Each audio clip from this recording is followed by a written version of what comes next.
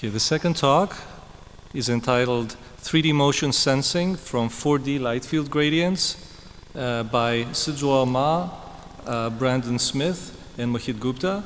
And Sizhou will be giving the talk. All right. Thanks for the introduction. My name is Sizhou Ma. I'm going to talk about recovering 3D scene flow from 4D light field gradients. Scene flow is defined as the 3D motion of a scene. Our goal is to recover such motion for every pixel in the image. A dense 3D motion field, even when the scene moves non-rigidly. Scene flow is an important question in computer vision and robotics.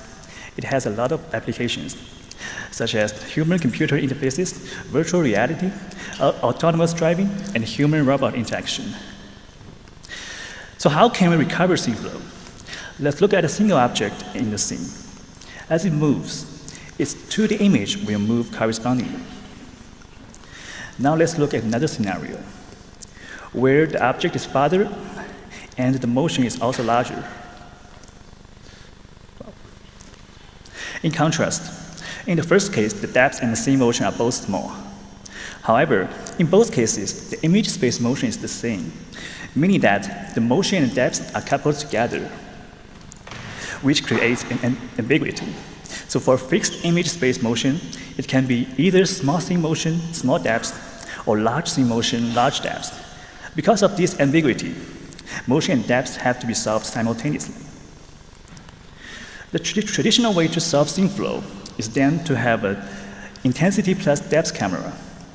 And the motion is also decomposed into two parts, where the lateral motion is solved via optical flow, and axial motion is solved by computing the difference of depths. In summary, scene flow is usually regarded as a combination of optical flow plus depth. Here is an example where the scene flow is computed by optical flow plus disparity. This traditional view of scene flow has its limitations. First, complex nonlinear computations are needed. Second, it is prone to depth errors. This is because when we take the difference of depths, the depth errors get enhanced, which results in large motion error, especially for small motions. All right, so far we've been looking at the effect of motion in the 2D image space, and we have seen some limitations of this kind of analysis. Now, let's think about the problem in a different way. Let's look at the effect of motion in the space of light rays. We'll start from the first principles and ask, how does each individual ray in the scene move as the object moves? In order to answer this question, first, let's define the space of light rays formally. Consider a light ray emitted by a scene point. One way to define this ray is to choose two parallel virtual planes. Then the ray can be specified by the 4 numbers, which are the intersections with these two planes. Then the ray can be, specified by these 4 numbers. And now we can describe the brightness of the ray as a 4D function, which is called a light field.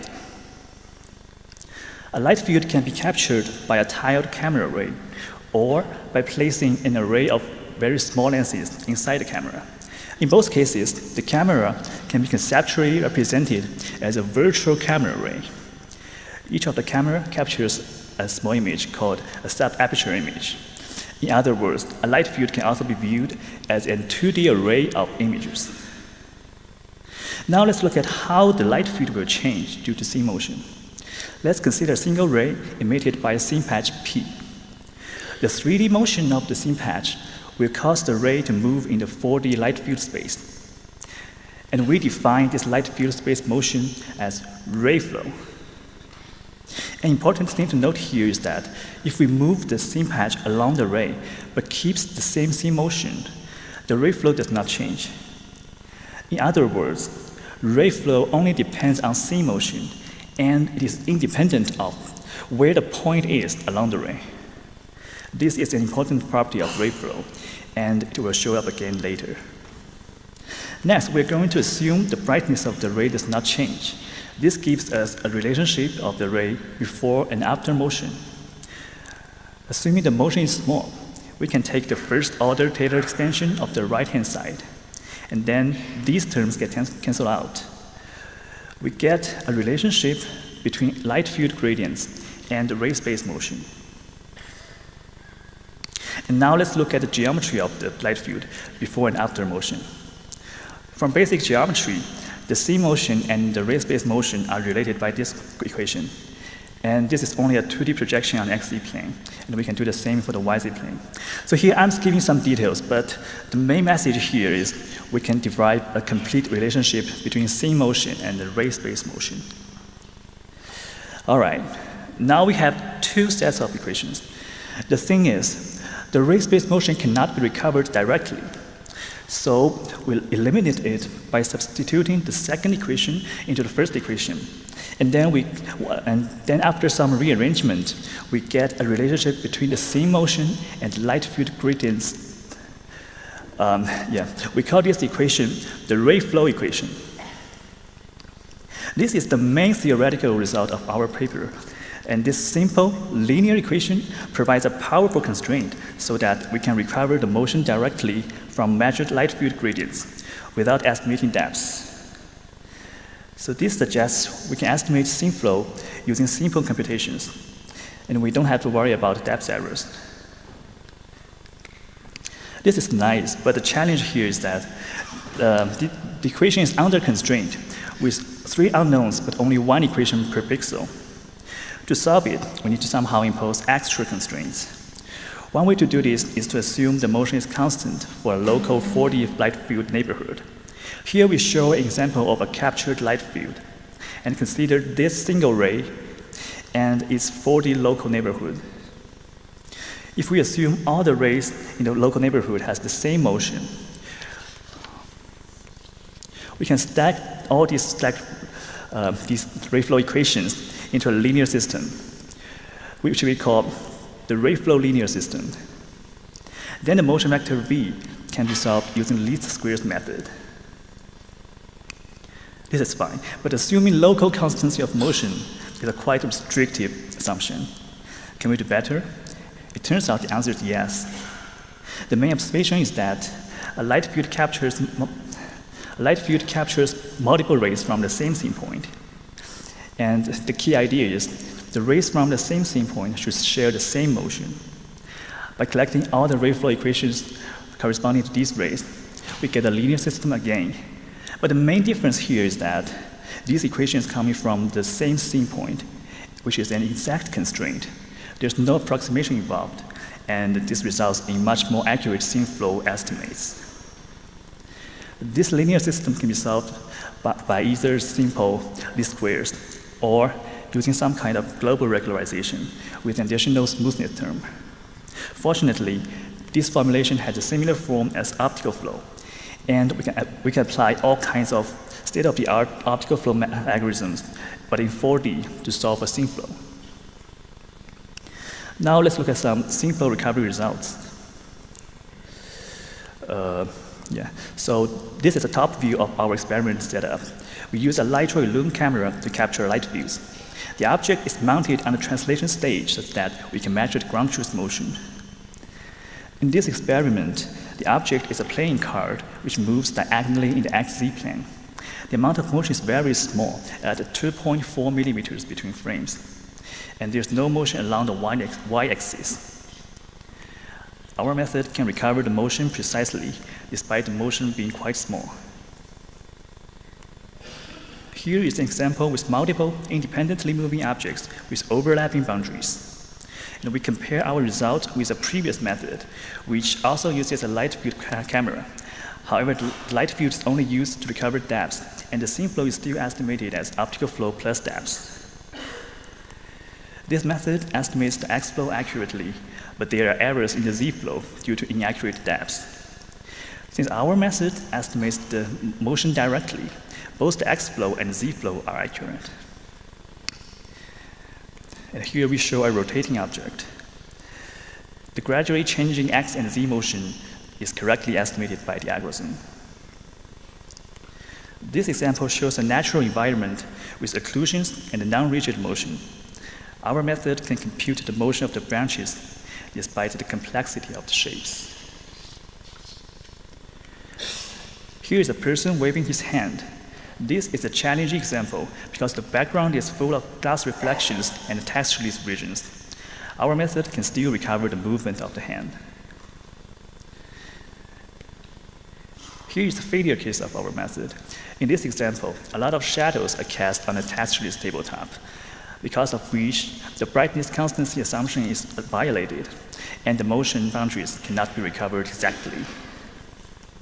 So I've shown some examples, but you may wonder where the method really works. An important question to ask is when the motion is recoverable. We call it the least squares solution. When the motion, whether the motion V can be recovered reliably depends on whether this matrix is invertible, which we define as the light field structure tensor, which can be expressed in terms of local light field gradients. An important result we have proven is that the light field structure tensor has only 3 possible ranks, 0, 2, and 3, which corresponds to a smooth region, an edge, or a textured region. As a result, no velocity vectors can be recovered for a smooth region. A 2D set of velocity vectors can be recovered for an edge, and a full 3D set of velocity vectors can be recovered for a textured region. One limitation of our method is that since we track the motion of each light ray, the ray has to remain in the captured light field after motion. In other words, the maximum recoverable amount of motion is limited by the aperture size of the light field camera. And this plot qualitatively shows in what scenarios our method is preferred. Our method is suited for applications where the motion is small and axial motion is important.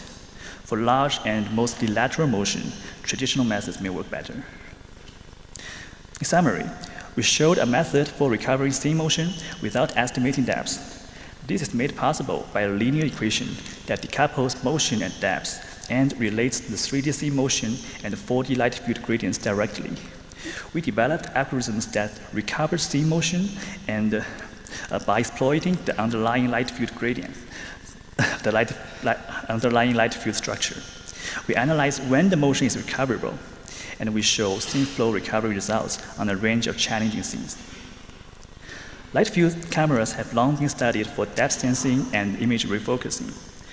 We believe our work takes the first steps towards positioning light field cameras as effective 3D motion sensors, in addition to their depth estimation capabilities. Thank you very much for listening, and I'm happy to take questions.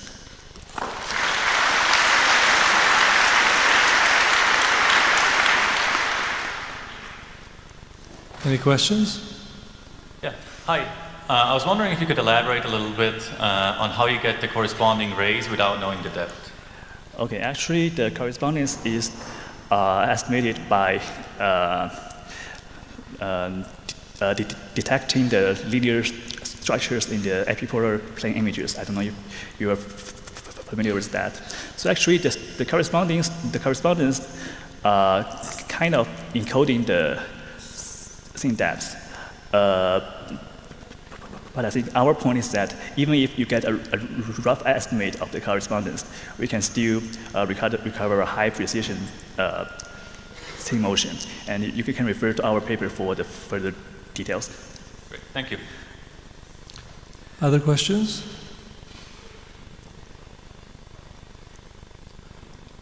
So I have one question regarding the when the ray flow equation applies. So are there any specific conditions on the BRDF, on the reflectance properties of the scene, or the rotational motion which will change the surface orientation of the objects? Yes. So in order for the ray flow equation to hold, I think the BRDF of the scene has to be approximately Lambert, and the rotation